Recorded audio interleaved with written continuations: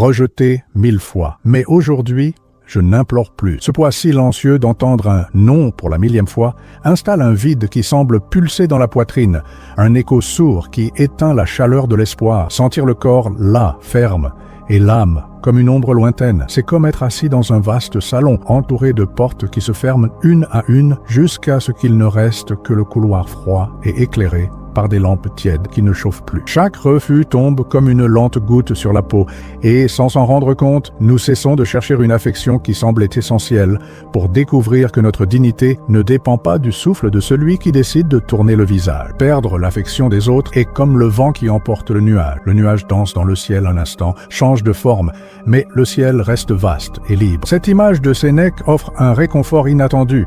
Nous ne sommes pas le nuage, nous sommes le ciel. Si le nuage s'en va, le ciel demeure, immense, ouvert, prêt à accueillir de nouvelles formes de lui-même. C'est dans cet espace intérieur que réside la liberté de ne plus implorer de regard, la liberté de choisir le jugement que nous portons sur les événements. Épictète nous rappelle que ce ne sont pas les portes fermées qui nous blessent, mais le jugement que nous en faisons. Lorsque nous cessons d'intérioriser le non comme une sentence de valeur, nous gagnons la lucidité de celui qui comprend que le pouvoir d'exister avec dignité est gardé en sa propre poitrine. Et à ce moment d'éveil, la sensation de cesser d'implorer s'étend comme une vague douce. Refuser de mendier de l'attention n'est pas un geste de froideur, mais une affirmation profonde d'amour-propre. Lorsque nous faisons cesser le cœur incessant de supplication mentale, acceptez-moi, voyez-moi, reconnaissez-moi, nous découvrons le terrain fertile où germe l'autocompassion. Ce sol, cultivé par la patience quotidienne, abrite une flamme intérieure qui ne dépend pas d'applaudissements extérieurs. Aujourd'hui, je n'implore plus. Aujourd'hui, je sens que la solidité de mon être ne tremble plus face au silence d'autrui, car j'ai appris que,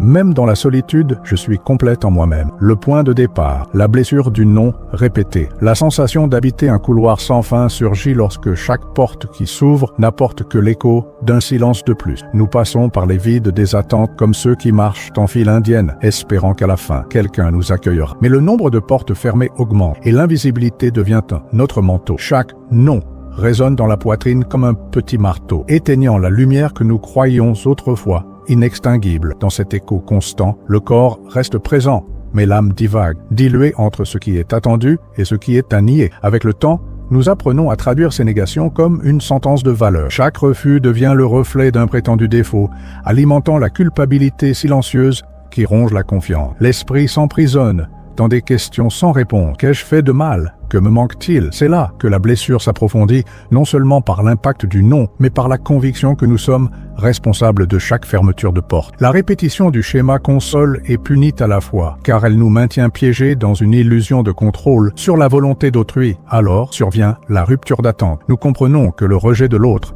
n'a pas toujours ses racines dans notre valeur, mais dans les limitations de celui qui refuse de... Il y a des cœurs peu préparés à accueillir, des regards distraits qui choisissent de ne pas voir, et des voyages intérieurs si étrangers aux nôtres qu'ils ne peuvent même pas remarquer notre présence. Cette découverte ne vient pas avec un soulagement immédiat, mais avec une légèreté renouvelée. Lorsque nous nous déchargeons de la culpabilité pour le non d'autrui, nous ouvrons un espace, regardez avec compassion l'autre et nous-mêmes. Et l'écho muet des portes fermées, autrefois synonyme de défaite, commence à battre comme un signal d'alerte sa propre dignité. Chaque refus cesse d'être un marteau et devient une boussole, indiquant celui qui a oublié d'honorer ses propres limites. La blessure du non répété révèle que ce n'est pas notre imperfection, mais un décalage entre les attentes et la réalité. À ce point de départ, la clarté commence à naître, non pas comme un baume immédiat, mais comme une graine qui trouve un sol fertile dans la conscience nouvellement éveillée. L'erreur stoïcienne de confondre acceptation et dépendance. Il existe une croyance subtile selon laquelle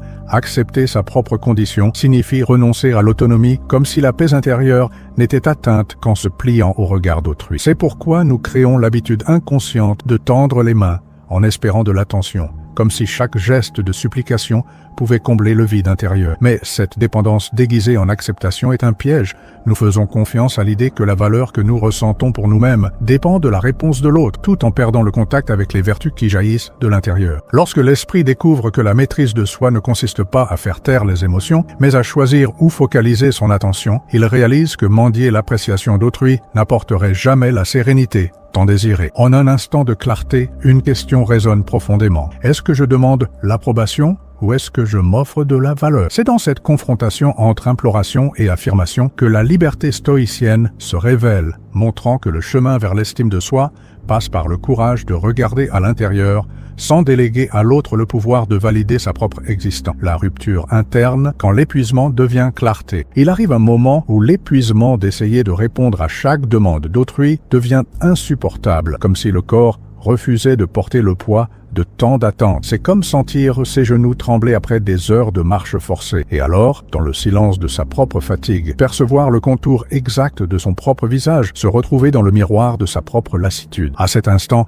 l'esprit se libère de l'urgence de plaire et ouvre un espace pour une observation nue. L'épuisement révèle ce qui était auparavant caché sous le manteau des exigences externes. Lorsque les notes vocales sans réponse cessent de résonner de frustration et se transforment en signes d'une vérité simple, la clarté surgit. Ce n'est pas que le refus d'autrui guérisse la douleur, mais il met à nu l'usure d'une recherche incessante d'approbation. Nous réalisons enfin que mendier de l'attention corrode sa propre force vitale, tandis que le silence de l'autre pointe vers la nécessité de retrouver sa propre voie. La rupture ne vient pas comme un secours instantané, mais comme un phare qui illumine le territoire intérieur, exigeant que nous marchions avec honnêteté sur nos propres besoins. Au milieu de cette révélation, surgit une impulsion presque silencieuse pour enregistrer trois petites victoires quotidiennes. Ce sourire authentique qui a jailli sans raison, le mot prononcé avec conviction, le moment où nous nous sommes écoutés sans hâte. Ces notes simples fonctionnent comme des ancres pour la nouvelle réalité, celle de celui qui n'a pas besoin d'implorer les applaudissements parce qu'il a appris à reconnaître sa propre valeur. La clarté, alors,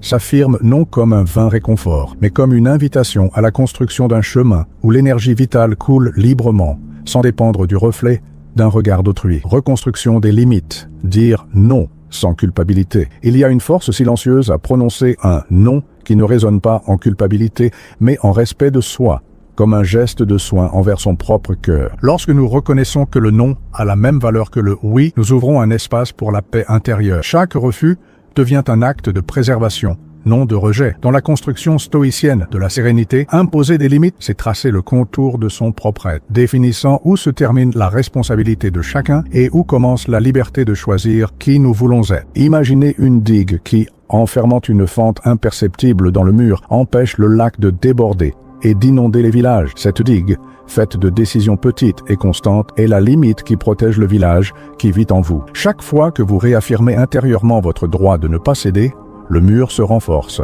garantissant que les eaux émotionnelles n'envahissent pas les espaces sacrés de silence et de clarté. La métaphore garde le secret de faire de la limite non pas une barrière froide, mais un bouclier bienveillant qui accueille toutes les parties de soi-même. Au quotidien, percevoir une situation inconfortable, c'est reconnaître le moment exact où la digue a besoin d'être réparée. En sentant la tension d'une attente imposée, l'écho d'une demande qui résonne sur un ton d'exigence, l'occasion se présente de réaffirmer votre espace intérieur, silencieusement, mais avec conviction. Dans ce geste intime, sans grand spectacle, la clarté s'affirme. La limite que vous maintenez en pensée est restée fidèle à votre valeur, rappelant que la dignité ne s'implore jamais, mais se soutient par chaque acte d'amour-propre. Le pouvoir du silence, restaurer l'auto-compassion. Il y a une immensité intérieure qui se révèle à l'instant exact où le bruit extérieur se dissout, ne laissant que le son de sa propre respiration. Le silence qui suit un rejet n'est pas un vide, mais un terrain fertile où nous pouvons écouter la voix que nous étouffons souvent. Dans cet espace sans parole,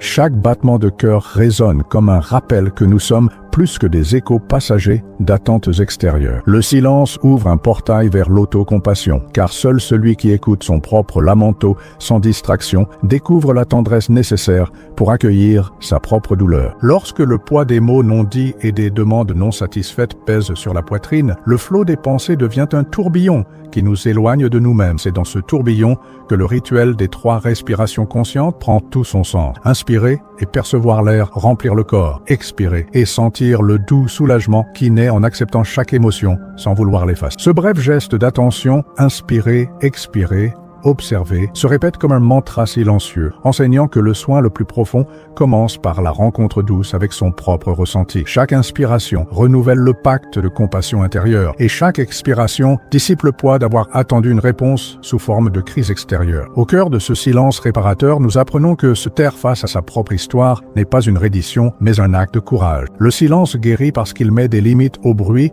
qui insiste à nier notre vérité. En lui, l'autocompassion s'épanouit sans hâte, rappelant que la dignité ne s'implore pas à voix haute, mais se soutient par la sérénité de celui qui accueille chaque ombre intérieure avec un regard compassif. Quand le monde se tait, nous découvrons qu'en nous-mêmes se trouve une voix plus ancienne et plus sage, prête à offrir l'affection que nous n'avons peut-être jamais suppliée, mais que nous avons toujours méritée. Conclusion, un nouveau regard sur le non. Au moment où l'écho de 1000 refus se dissout, émerge la révélation que le plus grand non que nous supplions était celui de nous-mêmes. Chaque non reçu, chaque porte qui s'est fermée, n'a pas éteint notre flamme. Cela a servi, en réalité, à illuminer des chemins intérieurs qui restaient dans l'ombre de l'insécurité. La répétition des portes fermées, autrefois un marteau qui frappait l'âme, se transforme maintenant en un rythme mesuré qui nous apprend à reconnaître notre propre cadence. Quand le marteau s'arrête, nous entendons le silence. Et c'est dans ce silence que naissent la résilience et la certitude que nous n'avons pas besoin d'implorer la dignité, car elle habite déjà le terrain fertile